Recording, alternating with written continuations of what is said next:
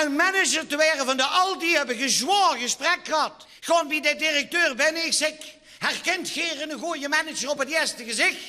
Of moet ik nog een keer binnenkomen? Hij zegt, wij een bus toe. Ik zeg, ik ben Albert Heijn.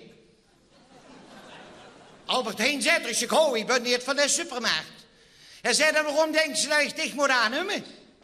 Ik zeg, klinkt het toch niet geweldig in de oren als Geer kan zeggen, ik ben manager, baas van de Aldi en Albert Heijn werkt voor mij.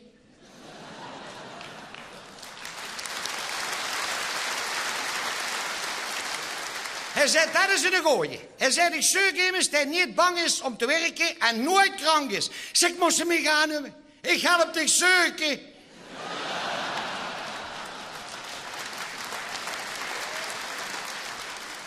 Hij zei, heb ze ervaring met de Aldi? Ik zeg, jaren geleden kom ik met 5 gulden naar binnen. Ik ging naar boete met 3 kratten beer, 4 pakjes sigaretten, 2 liter melk en 10 broodjes.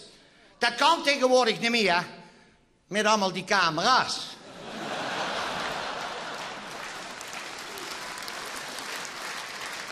Hij zei, met zwaard zetten, we drinken niet eens een lekker tas koffie met een keukske. Hij zei, wat wil ze in de koffie? Ik zeg, Viagra poeier. Waarom dat? Ik zeg, dat wordt mijn keukske niet slap als ik het in de koffie stop. Hè.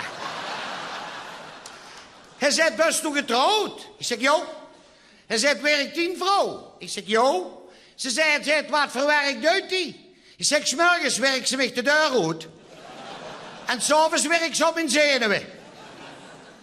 Oh, zei hij, ik moet je toch nog 1 technische vraag stellen over de Aldi-zetter. Want het vlees is belangrijk.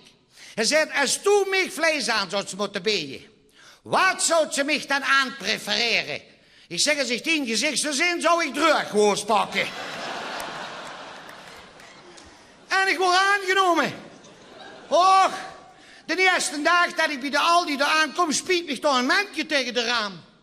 Ik zeg, knul, kom door, zie je. Ik zeg, waarom spiet je tegen de raam? Ik zeg, als ik dat bij je toe zou doen, wat zou die moeder daarvan zeggen? Nou, zegt dat zou mijn moeder dich een geweldige vent vinden, want we wonen 10 hoog.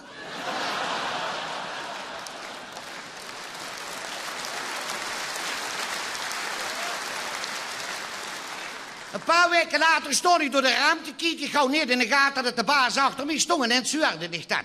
Ik zeg, ik weet waarom dat Nederland naar de knoppen gaat.